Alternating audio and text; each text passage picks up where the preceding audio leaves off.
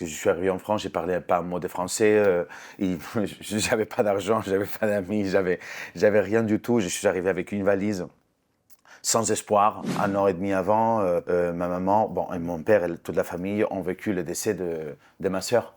Agustín Galiana vient nous présenter son livre « Un homme debout ». Vous venez aujourd'hui nous parler de votre livre Mhm. Un homme debout, Tout à fait. qui est paru aux éditions Le Duc. Et je voulais savoir quel a été le déclic pour vous lancer dans l'écriture de l'histoire de votre vie et de votre parcours. En fait, je pense que de la même manière que j'ai écrit des chansons et j'ai eu l'opportunité de pouvoir raconter des choses qui m'ont arrivé ou des messages que j'ai envie de faire passer dans mes chansons, là, j'ai eu une envie de raconter mon histoire. Et pourquoi? Parce que c'était le bon moment. Je suis dans un moment de ma vie où je me sens aligné et voilà, j'avais envie de raconter que même si on traverse des épreuves et qu'on fait des erreurs ou qu'on tombe, c'est avec ça qu'on se construit et voilà, et qu'on peut arriver à être en paix si on accepte tout. Est-ce que vous avez l'impression que le public peut avoir une fausse image de vous, quelque chose qui, quand vous lisez par exemple des choses sur vous ou sur les réseaux sociaux ou même dans des articles, vous vous dites ah ça on m'a pas forcément bien cerné. Ah non, mais évidemment que bah oui, énormément de fois, la plupart du temps. Et c'est quoi alors, c'est sur Bah quel... mais je m'en fous. Aujourd'hui, je m'en fous. Ouais.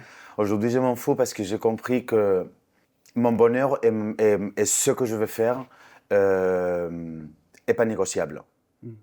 Et aujourd'hui, j'ai compris, chose que je n'avais pas compris quand j'étais plus jeune. Aujourd'hui, mon opinion, elle est très importante. Mon opinion sur moi. Et savoir qui je suis, ça m'a coûté beaucoup de travail intérieur. Et j'ai fait un travail personnel énorme justement pour ça. Et puis, il faut vous lire dans votre livre. Bah, oui, si quelqu'un lui donne envie, évidemment. Ouais. Évidemment que quand je l'écris, je n'ai pas compris pourquoi on m'a proposé d'écrire ce livre.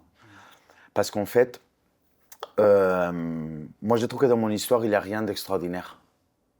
Moi, j'ai pas vécu une guerre, j'ai pas vécu de moments où j'étais mort de faim. Mais par contre, quand je raconte comment je suis arrivé en France, le parcours que j'ai fait, parce que je suis arrivé en France, je parlais pas un mot de français, j'avais pas d'argent, j'avais pas d'amis, j'avais rien du tout. Je suis arrivé avec une valise, sans espoir, avec 1000 balles dans la poche. Donc, quand je raconte ça, les gens sont très surpris parce que, en fait, la France a réussi à convertir une vie ordinaire en quelque chose d'extraordinaire. Alors, on va ouvrir le premier scope de l'émission, c'est le trombinoscope. Ok.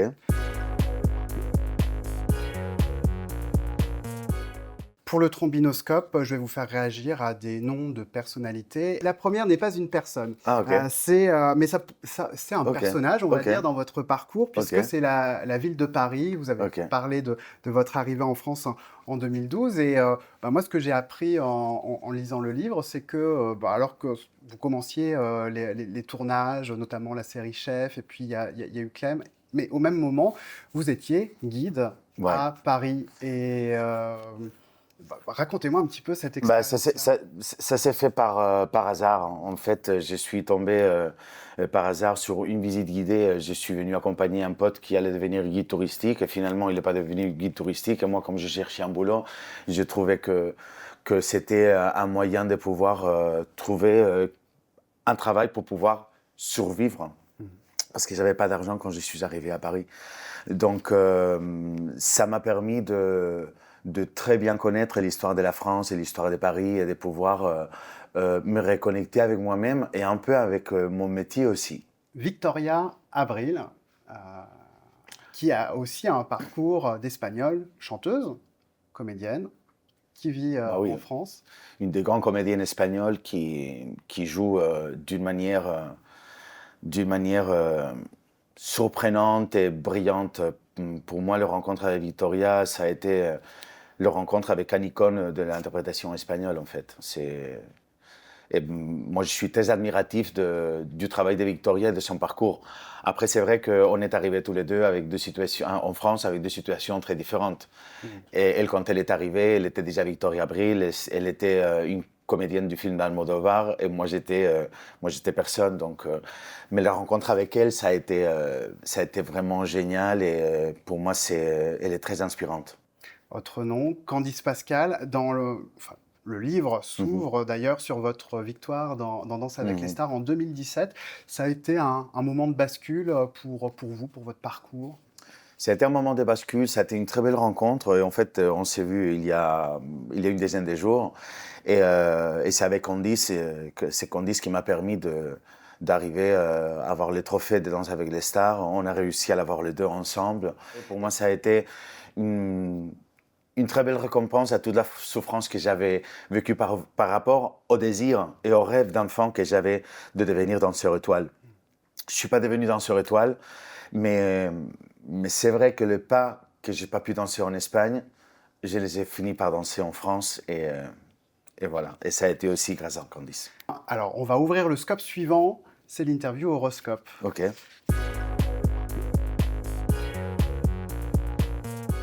Vous êtes du signe du Cancer et dans Vogue France, on apprend que pour les cancers, tout est émotion. Ils sont sensitifs, intuitifs et créatifs.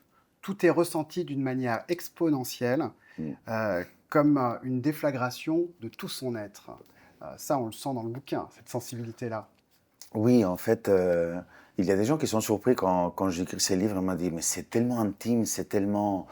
En fait, on sent les émotions et c'est vrai que je suis quelqu'un qui est beaucoup sur les émotions et pour moi, c'est mon outil de travail, en fait. C'est pour ça que je suis devenu aussi comédien parce que pouvoir transformer les émotions en quelque chose que tu peux rendre à quelqu'un et toucher quelqu'un avec un regard, avec une expression ou avec un mot, pour moi, voilà, ça fait partie de mon travail.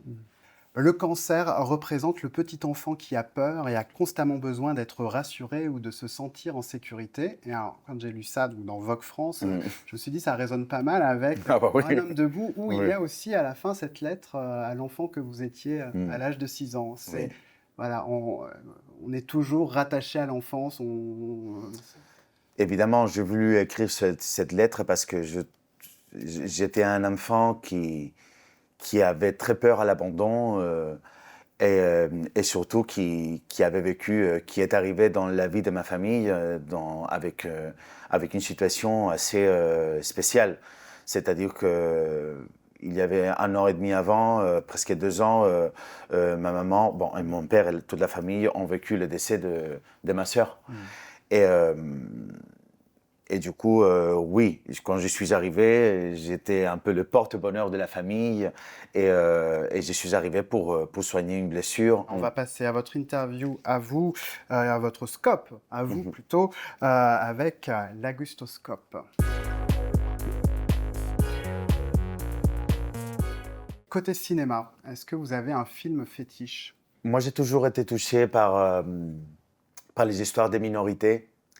Et quand j'étais adolescent, ma mère, elle m'a amené au cinéma voir un film qui s'appelait Tomates vertes frites. Beignet de tomates vertes comment ça s'appelle? Beignet de tomates vertes. Beignet de tomates vertes. Voilà. Donc en espagnol, ça se dit tomates verdes fritos.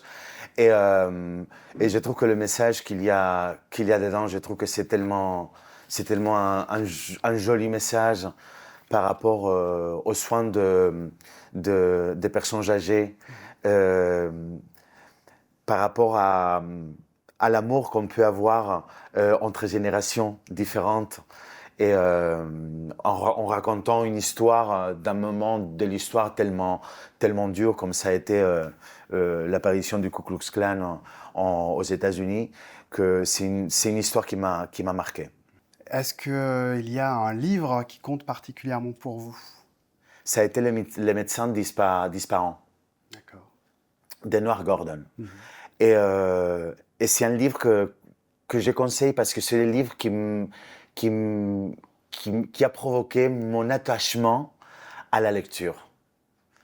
C'est un livre comme ça. Hein. Ouais. C'était l'Everest pour moi. Mais en fait, ils ont fait un film après, mais c'est tellement une belle histoire. C'est tellement attachant, la vie de ces jeunes, que voilà, c'est le livre que je conseille à tout le monde. Agustín Galeana, donc votre livre Un homme debout est paru aux éditions Le Duc, donc il est disponible partout. Merci d'être venu nous en parler et merci d'avoir passé ce moment avec nous. Merci, ça a été un plaisir. Théâtre. La même musique, chaque soir, encore et encore. Mr. Bojangles de Nina Simone. Georges et son épouse valsent. Dans le salon, leur fils regarde leur danse entre tendresse et folie. Cette folie est celle de la mère qui emplit la vie du mari et du fils. Eux font tout pour ne pas qu'elle perde pied. Dans cette interprétation touchante de En attendant Bojangles, adaptée du roman d'Olivier Bourdeau, on rit autant qu'on pleure. L'alchimie entre les deux acteurs en couple dans la vie est saisissante de beauté. À voir au Théâtre de l'Œuvre jusqu'au 8 mars. Préparez vos mouchoirs. Laura est pharmacienne. Elle a créé une association de soutien aux femmes battues. Un jour, après une réunion, l'une de ces femmes est tuée en pleine rue par son ancien compagnon. Et pour Laura, c'est un moment de bascule. La série L'affaire Laura Stern, disponible sur HBO Max et la plateforme de France Télévisions, nous happe dès les premières minutes. Laura Stern est incarnée par Valérie Bonneton, qui sera l'invitée d'un prochain épisode de Scope. Exposition. Les mathématiques et la géométrie au service d'œuvres d'art vertigineuses. Maurits Cornelis Escher est célèbre pour ses illusions d'optique et ses architectures défiant la logique. Jusqu'au 1er mars, la Monnaie de Paris consacre une exposition à cet artiste néerlandais. Elle présente, en 200 œuvres, un condensé de son imaginaire foisonnant. Travaux architecturaux, réalisations poétiques, paradoxes visuels. À ne pas en croire vos yeux. En cet été 2019, une vague de chaleur ramollit Londres. Une baleine se retrouve bloquée dans la Tamise. En marge de cet événement insolite, plusieurs personnages sont en plein bouleversement personnel. L'auteur, Oisin McKenna, nous plonge dans leurs pensées avec sa plume souvent émouvante, parfois sarcastique, mais toujours humaine. On tourne les pages sans pouvoir les lâcher. Elle est surnommée la Jeanne d'Arc pop. Gervaise, avec son allure guerrière, laisse son armure se fendiller dans son premier album, La Pudeur, un disque de chansons françaises pop avec des notes d'électro dans lequel elle livre ses combats et états d'âme, des textes intimes qui ont le potentiel de parler à beaucoup de monde et de toucher au cœur. Je t'attendais déjà.